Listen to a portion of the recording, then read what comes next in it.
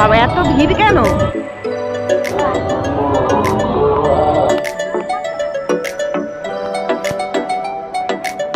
Good morning everyone, welcome back to my channel. আমার নতুন আরও একটি ব্লগে তোমাদের সকলকে জানাই অনেক স্বাগত। এখন প্রত্যেক দিন যত দিন এগিয়ে আসছে দুর্গাপুজো, তত না মনটা ভালো হয়ে যাচ্ছে, ফুলদম এনার্জি রয়েছে মনে। তো আজকে সকাল থেকে আমার এনার্জি লেভেলটা একটু কম, মনে এনার্জি থাকলেও শরীরে এনার্জি কম, কাজকর্ম করতে ইচ্ছা করছে না কেন জানি না। এদিকে আমি ভয়েস ওভার এখন দিচ্ছি, আশেপাশে কিন্তু দুই দিক থেকে দুটো মাইক বাজছে, একদিকে হিন্দি গান একদিকে বাংলা গান হচ্ছে। সেটা হয়তো আমার ভিডিওতে আসতেও পারে, সেটা ইগনোর করো। যদিও আমি দরজা জানলা সমস্ত কিছু বন্ধ করে তাই ভিডিও ভয়েস ওভার দিতে বসলাম। রাতে করব, অনেক রাতে, তাও উপায় নেই, সারা রাত ধরেই মাইকিং হচ্ছে এখনই।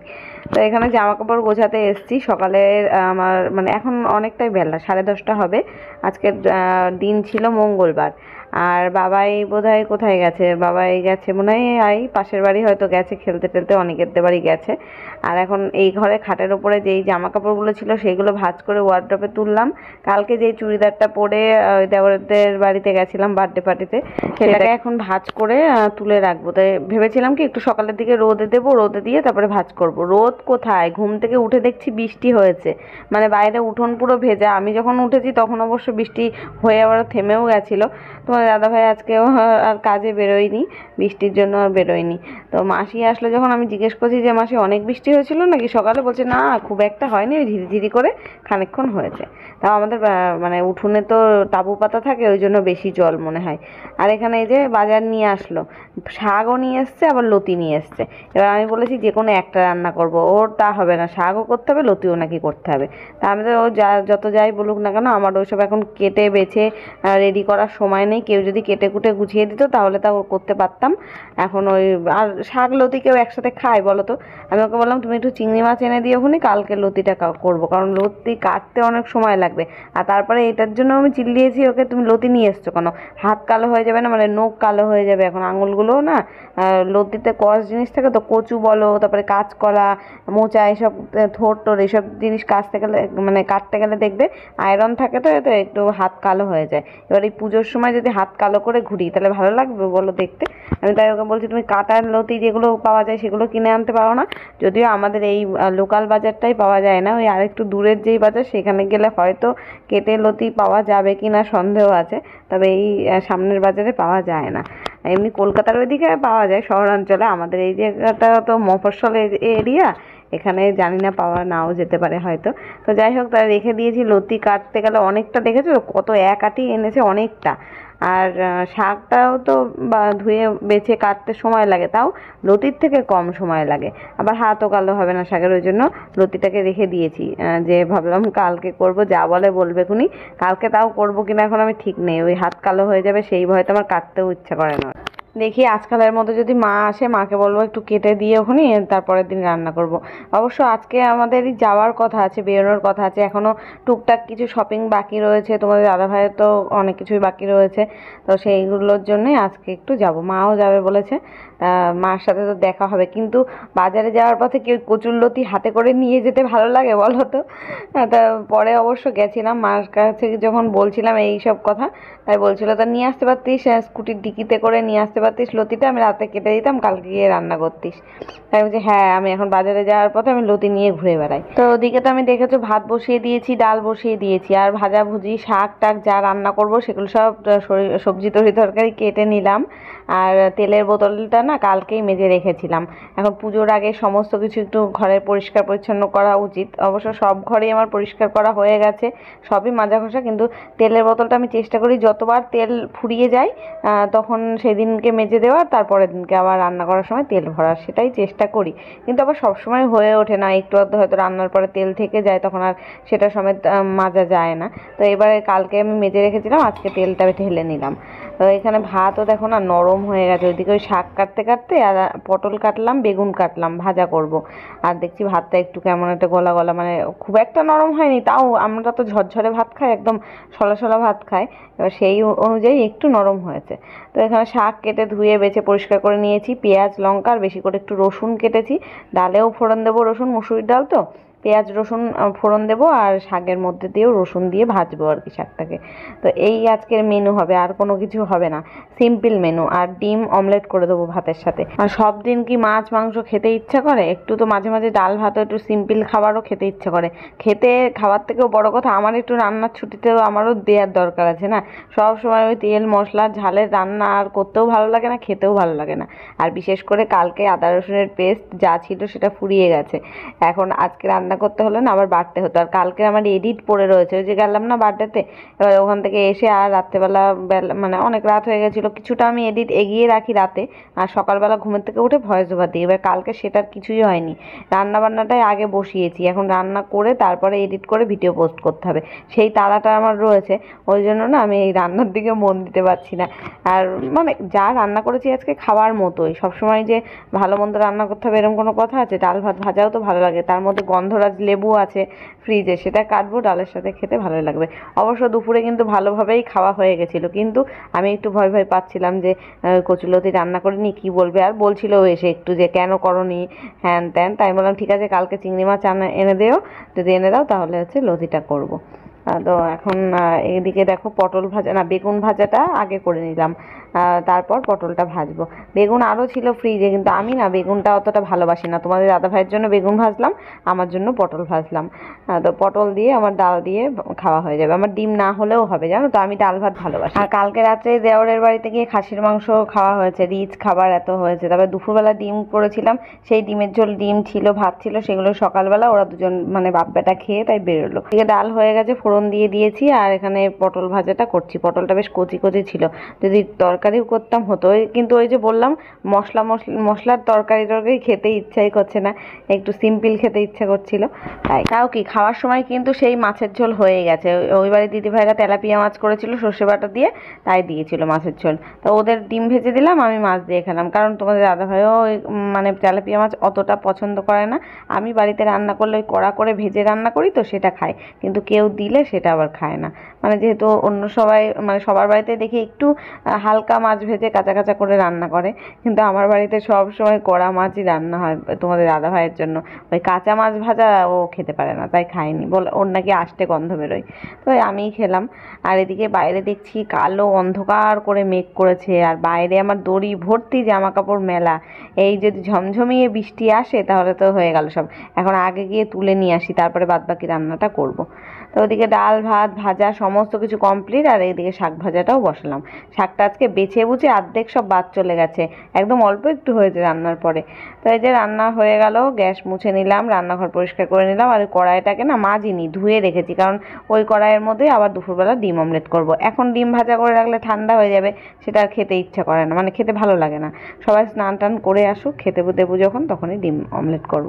তো এই হচ্ছে রান্নাগুলোর লুক। আজকে ডাল ভাত করেছি বলে ওই বাড়ি দিদিভাইদের কিছু দিলাম না। ডালের সাথে একটা মাছ টাছ ডিম টিম হলে তাও দেওয়া যায়, এই শুধু ভাজাভুজি শাক এসব দেওয়া যায় কাউকে বলো তো, তাই দিইনি। তো এখানে এই শাক পাতাগুলো ফেলতে হবে, বললাম না অর্ধেক শাক পাতা বাদ দিয়ে দিয়েছি, কারণ পোকা পোকা লাগা ছিল পাতাগুলো, ওই জন্য আমি সেগুলো বেছেই ফেলেই দিয়েছি। গুড ইভিনিং ফ্রেন্ডস, আমরা এখন রেডি হয়ে বেরোচ্ছি একটু বাজারে। এখনও শপিং শেষ হয়নি, আমাদের কিছু কেনাকাটাই বাকি রয়েছে, সেটাই করতে যাচ্ছি। তোমাদের দাদাভাই ফোন করছে। এখন বাজে হচ্ছে 7:10, আমি বাবার বাবা তিনজন যাচ্ছি। আর মা ওখান থেকে, মাকে বলে দিয়েছি ওখান থেকে তুমি টোটো ধরে চলে যাও, বাজার কলকাতার সামনে মা দাঁড়াবে, ওখানে গিয়ে আমরা মিট করবো। তো চলো রেডি করি।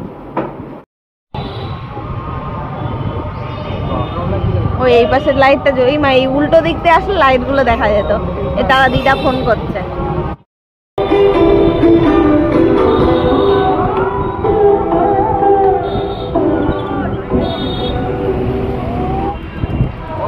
বাবা এত ভিড় কেন? হ্যাঁ আজকে মা বেচারি অনেকক্ষণ ওয়েট করেছে, প্রায় তো 10-15 মিনিটের বেশি হবে ওয়েট করেছে এখানে। মানে মা এসে দাঁড়িয়ে রয়েছে, আমাদের ফোন করেছে, আমরা তখন বাড়ি থেকে বেরিয়ে গেছি ঠিকই, কিন্তু আমার আর একটা দরকার ছিল অন্য সাইডের বাজারে, মানে এই বাজার কলকাতা একদিকে আর একদিকে বাজার রয়েছে, সেখানে গিয়ে মানে একটু আমার মানে জুয়েলারি সেট একটু কেনার দরকার ছিল, তার জন্য গেছিলাম। তো ওখান থেকে আর মানে বেশি কিছু ঘোরাঘুরি করিনি, একটা দোকানে গিয়ে একটা চেন পছন্দ করেছি, পাথর সেটিং স্টোন দেওয়া আর কি, সেটা বাড়ি গিয়ে দেখাবো তোমাদের। তো সেটাই তাই নিয়ে তাড়াতাড়ি করে চলে আসলাম। তাও সেই 10-15 মিনিট মানে দেরি হয়েছে। ওখানে এত ভিড় মানে কসমেটিক্সের দোকানে যাবে, জামা কাপড়ের দোকানে যাবে বা কোনো জুয়েলারির দোকানে যাবে, ভিড়ের ঠেলায় গুঁতো খেতে খেতে মানে অবস্থা খারাপ। শুধুমাত্র মনে হয় এই মলগুলোতেই একটু হাওয়া বাতাসের মধ্যে মানে এসি রয়েছে যেহেতু, আর লোকজন থাকলেও অতটা বোঝা যাচ্ছে না, ভিড় ভাড়াক্কা ঠেলাঠেলি নেই। কিন্তু যে কোনো দোকানে যে গেলে না, রেডিমেড যেই দোকানগুলো তাতে গেলে মানে ঠেলা গুঁতো খেতে খেতে অবস্থা খারাপ হয়ে যাবে। তো এখানে তোমাদের দাদা ভাইয়ের জন্য মেনলি আজকে শপিং করতে এসেছি, কারণ আজ বাদে কাল তোমাদের দাদা ভাইয়ের বার্থডে। তো সেই বার্থডের জন্য কিছু গিফট কিনলাম, ওর জন্য জামা প্যান্টই কিনলাম।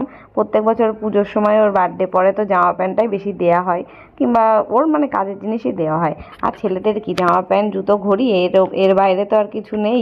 মেয়েদের হাজারটা জিনিস দেওয়ার মতন আছে, ছেলেদের এই আর হয়তো একটু পারফিউম দেওয়া যায়, তাছাড়া দেওয়ার মতো কি।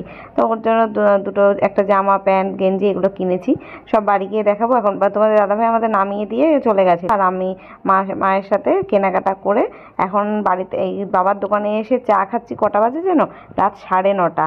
আজকে মানে সন্ধ্যের থেকে চা খাইনি, শুধু বাজারে বেরিয়ে ওখানে বাজার কলকাতার সামনের থেকেই আইসক্রিম খেয়েছিলাম 3জন 3টে, ব্যাস। আর এই এখন এসে চা খাচ্ছি। চা খেয়ে এখন মানে চুল টুল লন্ডভন্ড হয়ে আছে, মানে শপিং করতে গিয়ে এত গরম লেগে গেছে, চুলটাকে ওপরে একদম খোপা করে আমি আটকে রেখেছি, তাই দেখছি কি অবস্থা আমার। তারপরে এসছি পার্লারে, একটু ভুরু তুলবো। এখনো পুজোর 4 দিন দেরি আছে, এরপরে তুললেও হতো, কিন্তু না, এই বাড়িতে আমি আর হয়তো আসবো না। আর এইখানে আমি তুলে, এই কাকিমা আমার বাপের বাড়ির একদম কাছেই, তো এখান থেকে আসলাম যখন আজকে তুলেই যায়, আবার কবে আসবো কি আসবো না ঠিক নেই। তাই আর মাকে বললাম তুমিও চলো, আমরা দুজন মিলে যাই, দুজনেই তুলে আসি। তো এই যে ভুরু তোলা হয়ে গেল, এবার মায়েরটা হচ্ছে। এখন লুকটা দেখো পুরো পাল্টে গেছে, আগের থেকে এখন কেমন ফ্রেশ লাগছে। তো ফ্রেন্ডস, এই যে বাড়ি চলে আসলাম, এখন বাজে 11:15। বাবাই আসেনি আজকে, রয়েছে, কারণ আজকে তো এমনিতে সোম মঙ্গলবার করে দিদাবাড়িতে যাই, এবার আর যেতে দিইনি, এই সপ্তাহটায় আর যেতে দিইনি। তাও এই গেছি না একটুখানির জন্য, থেকে গেছে আজকে। কালকে দুপুরবেলা নিয়ে আসবে, কারণ কালকে বিকেলে আবার পড়া আছে। তো গিয়ে কেনাকাটা করে আসলাম, এই যে সব কেনাকাটা। আর আমার একটা প্রাইমার কিনলাম, একটা পাথর সেটিং একটা চেন মতন কিনেছি শাড়ির সাথে পরার জন্য, তোমার চুড়িদারের সাথেও পরা যাবে। এই এখন খাওয়া দাওয়া করবো, ড্রেস চেঞ্জ করব। আমার একটা ভুরু সরু, একটা ভুরু মোটা হয়ে গেছে, মানে এটা কিছু করার নেই। আমার এই ভুরুটাই লোম কম, পশম কম, এই ভুরুটাই দেখো সমান, ওই জন্য এরকম হয়েছে। কী করবো, এই জায়গাটা একটুখানি ভুরুর কালি দিয়ে নিতে হবে। তো যাই হোক, চলো আর এখন খাওয়া দাওয়া করে নিই। কি পরে আসতে, কালকে রাত্রেবেলা এত টায়ার্ড ছিলাম, ইচ্ছা করেনি আর জামা কাপড়গুলো যে তোমাদের দেখাবো, খাওয়া দাওয়ার পরে আর ঘুমিয়ে পড়েছি। আজকে নেক্সট ডে মর্নিং সকালবেলা আসলাম তোমাদের সাথে শেয়ার করতে কালকে গিয়ে কী কেনাকাটি হলো।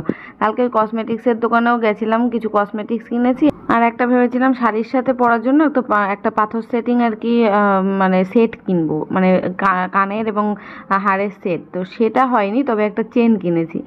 আর এইটা হচ্ছে তোমাদের দাদাভাইয়ের জন্য বার্থডে গিফট, মানে দুটো জামা, আর মানে একটা শার্ট ওই যে দেখলে পিঙ্ক কালারের, আর এটা একটা হাফ হাতা গেঞ্জি, আর একটা প্যান্ট। এই 3টে আমি ওকে বার্থডে গিফটে আর কি দিয়েছি। তো ওকে দেখিয়েই দিয়েছি, আর সারপ্রাইজ আর কিছু নেই, কারণ ও তো ছিল না কেনার সময়, আমি গিয়ে কিনে এনেছি।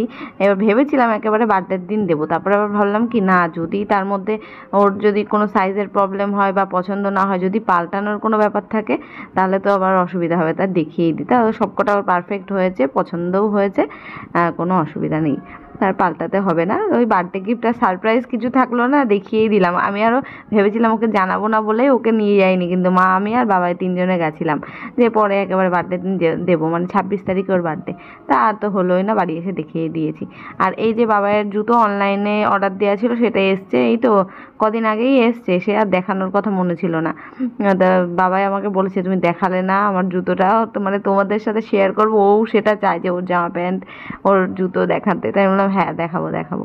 তা আজকে সেটাই, ওর বাবার জামা প্যান্ট যখন দেখাচ্ছি, ওর জুতোটাও দেখিয়ে দিলাম। এই যে এখন ওর পা আর ওর বাবার পা সেম সেম হয়ে গেছে, মানে 7 নম্বরের জুতো কিনেছে এবার, জানো, ওর বাবাও পরে 7, ও নিয়েছে 7। এবার ওর একটু ঢেলা হচ্ছে, তবুও মানে আর হয়তো 1-2 মাস পরে এইটাই ঠিক হবে, কি এর থেকে বড় হয়ে যেতে পারে।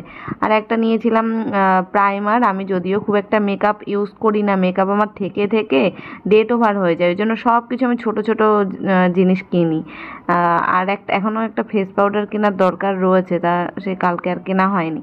আর এই পেন্ডেন্ট সেটটা কিনেছি, না এটার সাথে কোনো কানের নেই, এমনি শুধু লকেট আর চেন, পাথর রয়েছে, দেখো সুন্দর, বেশ ইউনিক লাগলো ডিজাইনটা আমার, তাই জন্য নিলাম এটা। ভাবলাম ওই চুড়িদারটার সাথে স্টোনের কাজ করা রয়েছে না, আকাশি কালারের তুতে কালারের, যেটা ওর সাথে পরার জন্য এটা নিয়েছি। আর আগে একদিন গেছিলাম, সেদিনকেই লিপস্টিকটা মানে লিপ ক্রেয়নটা, ওই লিপ বাম, এগুলো নিয়েছিলাম, আর একটা নেল পালিশ নিয়েছিলাম, সেই দিন আর দেখানো হয়নি। আরও কিছু নিয়েছিলাম, ফেস ওয়াশ, টোনার, এইসব যেগুলো রেগুলার ইউজের।